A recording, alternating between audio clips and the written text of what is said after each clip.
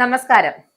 വെനിസ്വേലയും ക്യൂബയും തമ്മിലുള്ള ബന്ധം പോലെ ആധുനിക രാഷ്ട്രീയ ഭൂപടത്തിൽ ലാറ്റിൻ അമേരിക്കയുടെ ചരിത്രം പരിശോധിക്കുമ്പോൾ ഇത്രമേൽ ചർച്ച ചെയ്യപ്പെട്ട മറ്റൊരു സഖ്യം ഉണ്ടാകില്ല.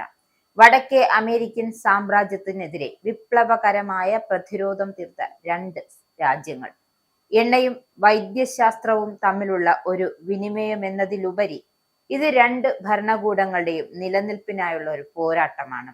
കരീബിയൻ കടലിന്റെ ഇരുവശങ്ങളിലുമായി നിലകൊള്ളുന്ന ഈ രണ്ടു രാജ്യങ്ങൾ ലോകശക്തിയായ അമേരിക്കയുടെ മൂക്കിനു താഴെ പടുത്തുയർത്തിയ ഈ സോഷ്യലിസ്റ്റ് കൂട്ടുകെട്ട് 21-ാം നൂറ്റാണ്ടിലെ രാഷ്ട്രീയ അത്ഭുതങ്ങളിലൊന്നാണ്.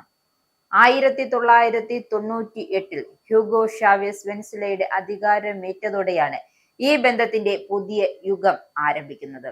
1994-ൽ ജയിൽ മോചിതനായതിനു ശേഷം ഹവാനയിൽ എത്തിയ ഷാവേസിനെ ഒരു രാഷ്ട്രത്തലവന് നൽകുന്ന ബഹുമതികളോടെയാണ് ഫിഡൽ കാസ്ട്രോ സ്വീകരിച്ചത്. സോവിയറ്റ് യൂണിയന്റെ തകർച്ചയെ തുടർന്ന് സാമ്പത്തികമായി തകർന്നുപോയ ക്യൂബയ്ക്ക് വെനിസ്വേലയുടെ എണ്ണ സമ്പത്ത് ഒരു ജീവശ്വാസമായി മാറി. ഷാവേസിനെ സംബന്ധിച്ചിടത്തോളം കാസ്ട്രോ ഒരു രാഷ്ട്രീയ ഗുരുവായിരുന്നു. തന്റെ രാജ്യത്ത് നടപ്പിലാക്കാൻ ആഗ്രഹിച്ച സോഷ്യലിസ്റ്റ് പരിഹാരങ്ങൾക്ക് അല്ലെങ്കിൽ പരിഷ്കാരങ്ങൾക്ക് മാതൃകയായി അദ്ദേഹം ക്യൂബയെ കണ്ടു. ഈ ബന്ധത്തിന്റെ ഏറ്റവും പ്രായോഗികമായ ഒരു വശം ഓയിൽ ഫോർ ഡോക്ടേഴ്സ് എന്നറിയപ്പെടുന്ന ബാർട്ടർ സമ്പ്രദായമാണ്. വെനിസ്വേലയുടെ പക്കൽ സമൃദ്ധമായ എണ്ണയുണ്ടായിരുന്നു, എന്നാൽ ദരിദ്രർക്ക് നൽകാൻ മികച്ച ആരോഗ്യ സംവിധാനങ്ങൾ ഉണ്ടായിരുന്നില്ല. ക്യൂബയാകട്ടെ ഉപരോധങ്ങൾക്കിടയിലും ലോകോത്തര നിലവാരമുള്ള ആരോഗ്യ പ്രവർത്തകരെ വാർത്തെടുത്തിരുന്നു. ഈ പദ്ധതിയിലൂടെ 10,000-കണക്കിന് ക്യൂബൻ ഡോക്ടർമാരാണ് വെനിസ്വേലയിലെ ചേരികളിലും ഉൾഗ്രാമങ്ങളിലും എത്തിയത്. വെനിസ്വേലയിലെ പാവപ്പെട്ട ജനവിഭാഗങ്ങൾക്ക് സൗജന്യ ചികിത്സയും മരുന്നും ലഭ്യമായത് ഈ വിപ്ലവകരമായ നീക്കത്തിലൂടെയായിരുന്നു. പകരം വെനിസ്വേലയിലെ പ്രതിദിനം 10,000-കണക്കിന് ബാരൽ എണ്ണ സബ്സിഡി നിരക്കിൽ ക്യൂബയ്ക്ക് നൽകി. വെനിസ്വേലൻ സായുധ സേനയ്ക്കുള്ള ക്യൂബൻ ഉദ്യോഗസ്ഥർക്ക് സമാന്തരമായ ഒരു അധികാര ശ്രേണിയുണ്ടെന്നാണ് രാഷ്ട്രീയ നിരീക്ഷകരുടെ വിലയിരുത്തൽ. എന്തായാലും വെനിസ്വേലൻ സൈനിക ഉദ്യോഗസ്ഥരുടെ വിശ്വസ്തൻ ഉറപ്പാക്കുന്നതിനും ഏതെങ്കിലും തരത്തിലുള്ള അസംതൃപ്തിയോ കലാപ നീക്കങ്ങളോ ഉണ്ടാകുന്നുണ്ടോ എന്ന് നിരീക്ഷിക്കുന്നതിനും ക്യൂബൻ ഏജന്റുമാർ പ്രത്യേക പരിശീലനം നൽകിയിട്ടുണ്ട്. സൈനിക ബാരക്കുകളിലും കമാൻഡ് സെന്ററുകളിലും തന്ത്രപ്രധാനമായ സ്ഥാനങ്ങളിൽ ക്യൂബൻ ഉപദേശകർ നിലയുറപ്പിച്ചിരിക്കുന്നത് വഴി മഡൂറോ ഭരണകൂടത്തിന് സൈന്യത്തിനുമേൽ അഭേദ്യമായ ഒരു നിയന്ത്രണം നിലനിർത്താൻ സാധിക്കുന്നുണ്ട്. ഇത് വെറും ഒരു സൈനിക സഹായമല്ല, മറിച്ച് ഭരണകൂടത്തിന്റെ ആയുസ് വർദ്ധിപ്പിക്കാനുള്ള ഒരു പ്രതിരോധ കവചം കൂടിയാണ്.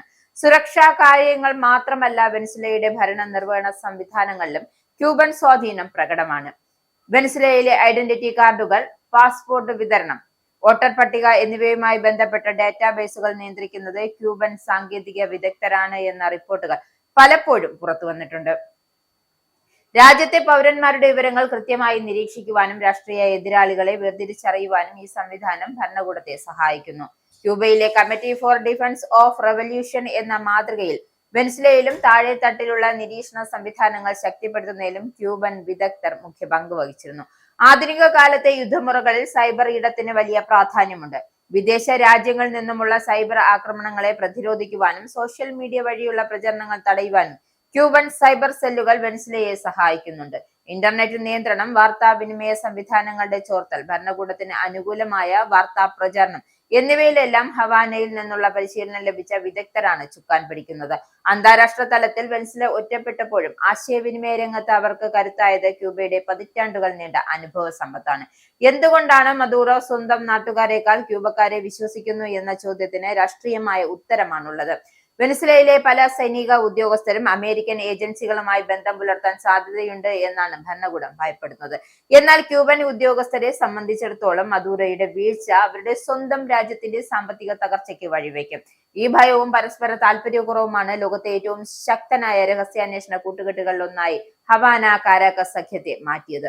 അമേരിക്കയുടെ ഉപരോധങ്ങൾ ഈ സഖ്യത്തെ തകർക്കാൻ പലപ്പോഴും ശ്രമിച്ചിട്ടുണ്ട്. വെനിസ്വേലയിൽ നിന്നുമുള്ള എണ്ണ കപ്പലുകൾ ക്യൂബയിലേക്ക് പോകുന്നത് തടയാൻ അമേരിക്കൻ നാവികസേന നിരീക്ഷണം കർശനമാക്കി. എന്നാൽ ഈ വെല്ലുവിളികളെല്ലാം മറികടക്കാൻ രണ്ട് രാജ്യങ്ങളും സംയുക്തമായി തന്ത്രങ്ങൾ രൂപീകരിച്ചു. റഷ്യ, ചൈന, ഇറാൻ തുടങ്ങിയ രാജ്യങ്ങളുടെ പിന്തുണയോടെ ഒരു അന്താരാഷ്ട്ര പ്രതിരോധ നിര തന്നെ അവർ സൃഷ്ടിച്ചു. അമേരിക്കൻ സാമ്രാജ്യത്തിനെതിരെയുള്ള തങ്ങളുടെ പോരാട്ടത്തിൽ ഈ സഖ്യം ഒരു കവചമായി ഉപയോഗിക്കുകയാണ്. ഹ്യൂഗോ ഷാവേസിന്റെ മരണശേഷം നിക്കോളാസ് മദൂറോ അധികാരത്തിലെത്തിയപ്പോൾ ഈ സഖ്യം തകരുമെന്ന് പലരും പ്രവചിച്ചു. എന്നാൽ മദൂറോ ഈ ബന്ധം കൂടുതൽ ശക്തിപ്പെടുത്തുകയായിരുന്നു ചെയ്തത്. വെനസ്വേലയുടെ നേരിട്ടുള്ള കടുത്ത സാമ്പത്തിക പ്രതിസന്ധിയിലും ക്യൂബൻ സഹായം മദൂറോ ഭരണകൂടത്തിന്റെ നിലനിൽപ്പിന് അത്യന്താപേക്ഷിതമായിരുന്നു. ഇന്ന് ലാറ്റിൻ അമേരിക്കയിലെ ഇടതുപക്ഷ രാഷ്ട്രീയത്തിന്റെ കേന്ദ്ര ബിന്ദുവായി ഈ സഖ്യം തുടരുകയാണ്. വെനസ്വേലയും ക്യൂബയും തമ്മിലുള്ള ബന്ധം വെറും രണ്ട് രാജ്യങ്ങൾ തമ്മിലുള്ള സൗഹൃദമല്ല, മറിച്ച് അത് ആധുനിക രാഷ്ട്രീയത്തിലെ ഒരു പരീക്ഷണമാണ്.